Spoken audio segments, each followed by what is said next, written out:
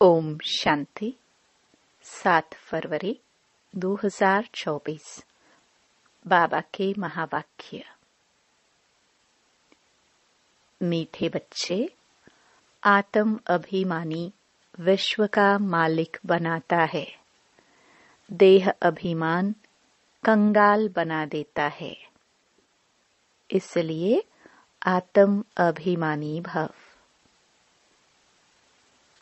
प्रश्न: कौन सा अभ्यास अशरीरी बनने में बहुत मदद करता है? उत्तर: अपने को सदा एक्टर समझो।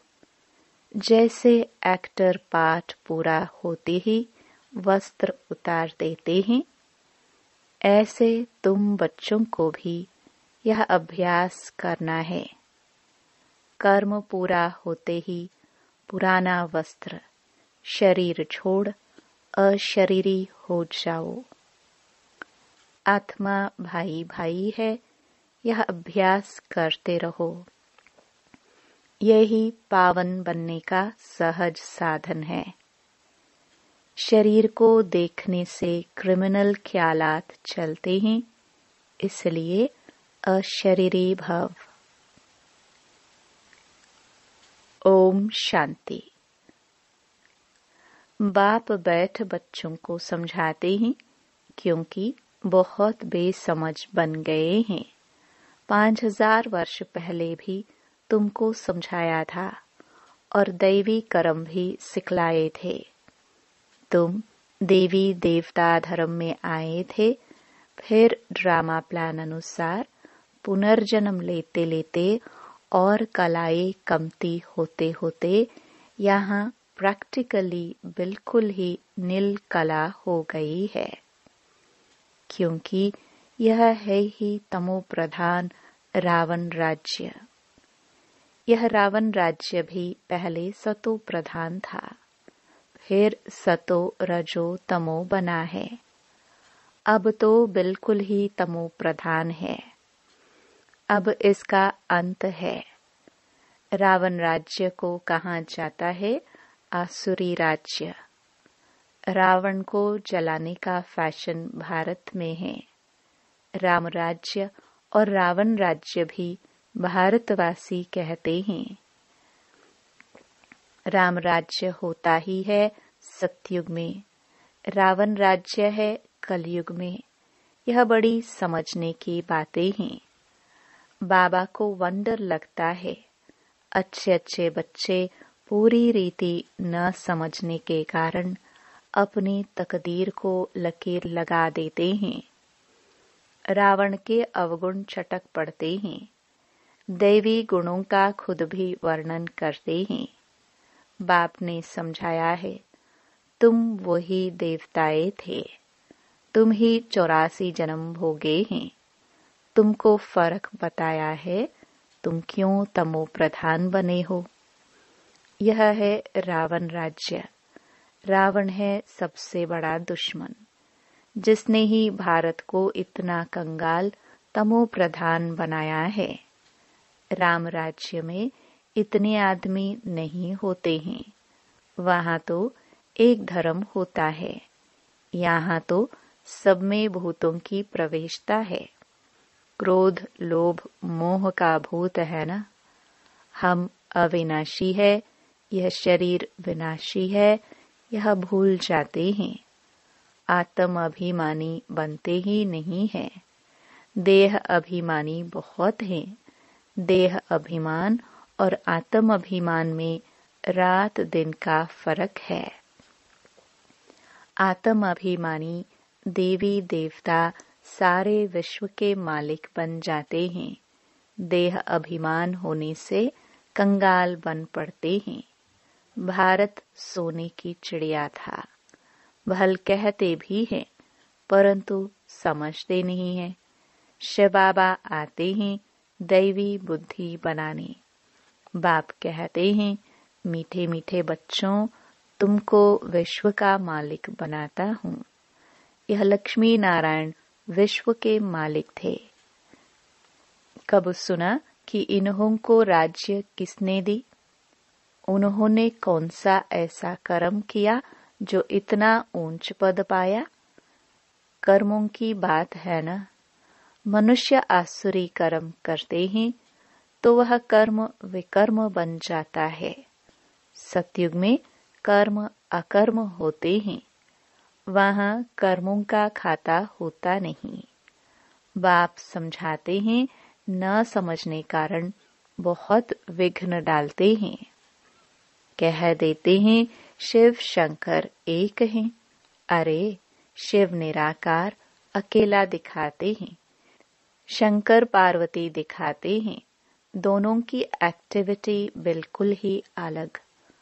मिनिस्टर और प्रेसिडेंट को एक कैसे कहेंगे? दोनों का मर्तबा बिल्कुल अलग है। तो शिव शंकर को एक कैसे कह देते हैं? यह जानते हैं। जिनको राम संप्रदाय में आना नहीं है वे समझेंगे भी नहीं। आसुरी संप्रदाय गालियां देंगे, विघ्न डालेंगे, क्योंकि उनमें 5 विकार है ना। देवताएं हैं संपूर्ण निर्विकारी, उन्हों का कितना ऊंच पद है। अब तुम समझते हो हम कितने विकारी थे। विकार से पैदा होते हैं। सन्यासियों को भी विकार से पैदा होना है, फिर सन्यास करते हैं। सतयुग में यह बातें नहीं होती। सन्यासी सतयुग को समझते भी नहीं। कह देते हैं सतयुग है ही है। जैसे कहते हैं श्री कृष्ण हजीरा हजूर है, राधे भी हजीरा हजूर है। अनेक मत मतांतर, अनेक धर्म हैं। आधा कल्प दैवी मत चलती है जो अब तुमको मिल रही है। तुम ही ब्रह्मा मुख वंशावली, फिर विष्णु वंशी और चंद्रवंशी बनते हो। वह दोनों डायनेस्टी और एक ब्राह्मण कुल कहेंगे। इनको डायनेस्टी नहीं कहेंगे। इनकी राजाई होती नहीं। यह भी तुम ही समझते हो। तुम्हारे में भी कोई कोई समझते हैं। कोई तो सुधरते ही नहीं। कोई न कोई भूत है। लोभ का भूत, क्रोध का भूत है ना। सतयुग में कोई भूत नहीं। सतयुग में होते हैं देवताएं जो बहुत सुखी होते हैं। भूत ही दुख देते हैं। काम का भूत आदि मध्य अंत दुख देता है। इसमें बहुत मेहनत करनी है। मासी का घर नहीं है। बाप कहते रहते हैं भाई बहन समझो तो क्रिमिनल दृष्टि न जाए। हर बात में हिम्मत चाहिए। कोई कह देते हैं शादी नहीं करोगे तो निकलो घर से बाहर, तो हिम्मत चाहिए। अपनी जांच भी की जाती है। तुम बच्चे बहुत पद्मा पदम भाग्यशाली बन रहे हो। यह सब कुछ खत्म हो जाएगा। सब कुछ मिट्टी में मिल जाना है। कोई तो अच्छी हिम्मत रख चल पड़ते हैं, कोई तो हिम्मत रख फिर फेल हो जाते हैं। बाप हर बात में समझाते रहते हैं, परंतु नहीं करते तो समझा जाता है पूरा योग नहीं है। भारत का प्राचीन राजयोग तो मशहूर है। इस युग से ही तुम विश्व के मालिक बनते हो। पढ़ाई है सोर्स ऑफ इनकम।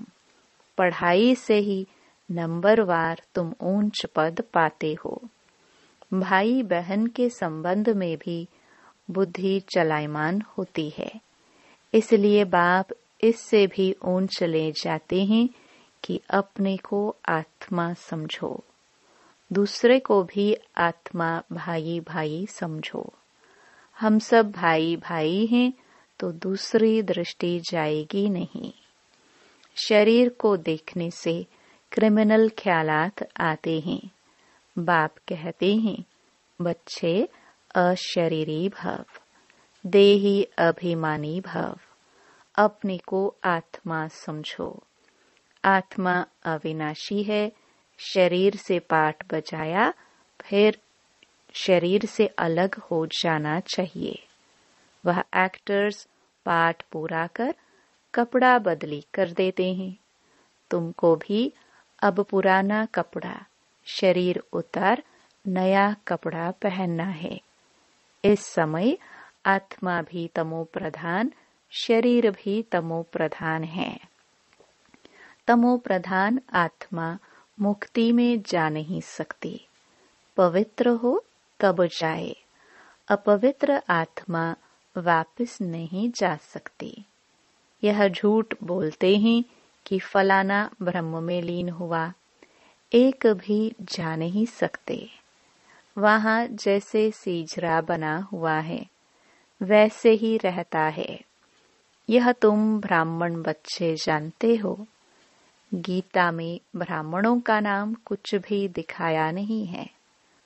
यह तो समझाते हैं प्रजापिता ब्रह्मा के तन में प्रवेश करता हूँ तो जरूर एडॉप्शन चाहिए। वह ब्राह्मण है विकारी, तुम हो निर्विकारी। निर्विकारी बनने में बहुत सितम सहन करने पड़ते हैं। यह नाम रूप देखने से बहुतों को विकल्प आते हैं। भाई बहन के संबंध में भी गिर पड़ते हैं। लिखते हैं, बाबा हम गिर पड़े, काला मुंह कर लिया। बाप कहते हैं, वाह, हमने कहा भाई बहन होकर रहो, तुमने फिर यह खराब काम किया। उसकी फिर बड़ी कड़ी सजा मिल जाती है। वैसे कोई किसको खराब करते हैं तो उनको जेल में डाला जाता है। भारत कितना पवित्र था जो मैंने स्थापन किया, उनका नाम ही है शिवालय। यह ज्ञान भी कोई में नहीं है। बाकी शास्त्र आदि जो है वह सब भक्ति मार्ग के कर्म कांड है।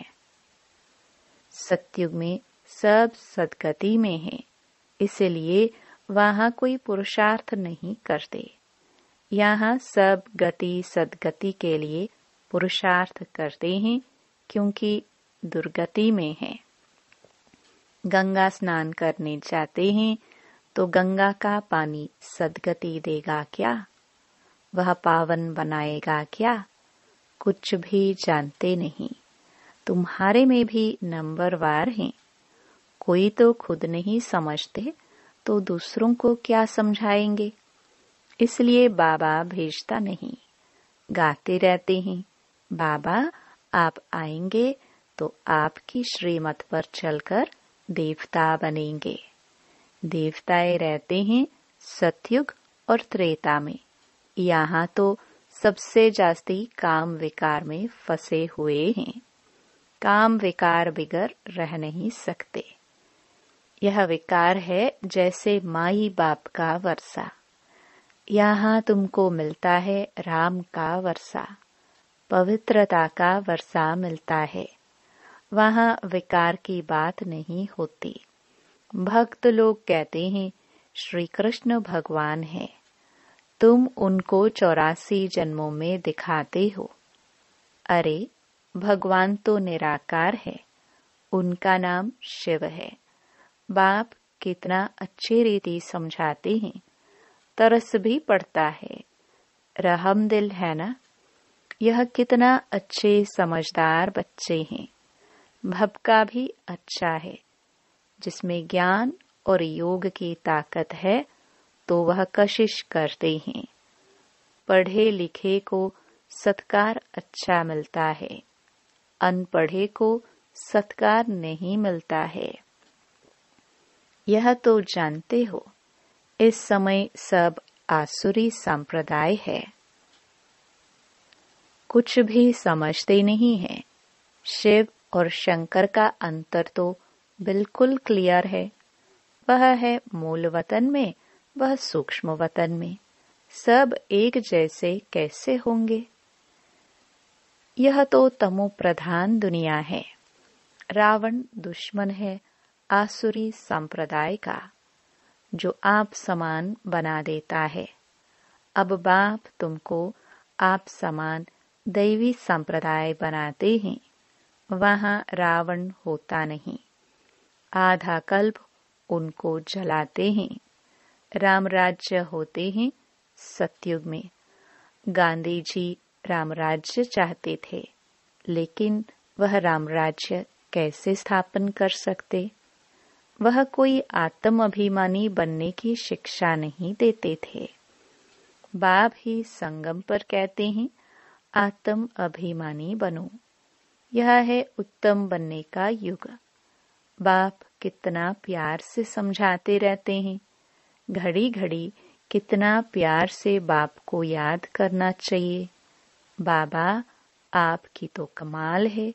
हम कितने पत्थर बुद्धि थे, आप हमको कितना ऊंच बनाते हैं। आपकी मत बगैर हम और किसकी मत पर नहीं चलेंगे। बिछाड़ी को सब कहेंगे, बरोबर ब्रह्मा कुमार कुमारियां तो दैवी मत पर चल रहे हैं। कितनी अच्छी अच्छी बातें सुनाते हैं। आदि मध्य अंत का परिचय देते हैं। कैरेक्टर सुधारते हैं।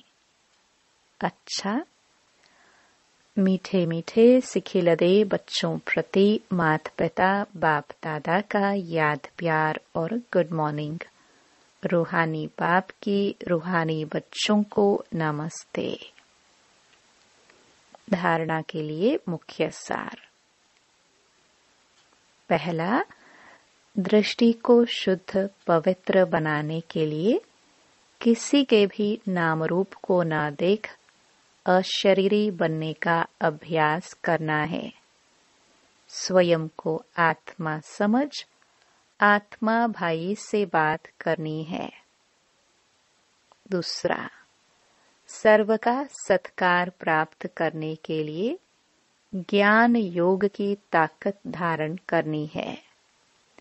दैवी गुणों से संपन्न बनना है। कैरेक्टर सुधारने की सेवा करनी है। वरदान, बीमारी कॉन्शियस के बजाय खुशी खुशी से हिसाब किताब चुकतू करने वाले सोल कॉन्शियस भव। तन तो सबके पुराने है ही।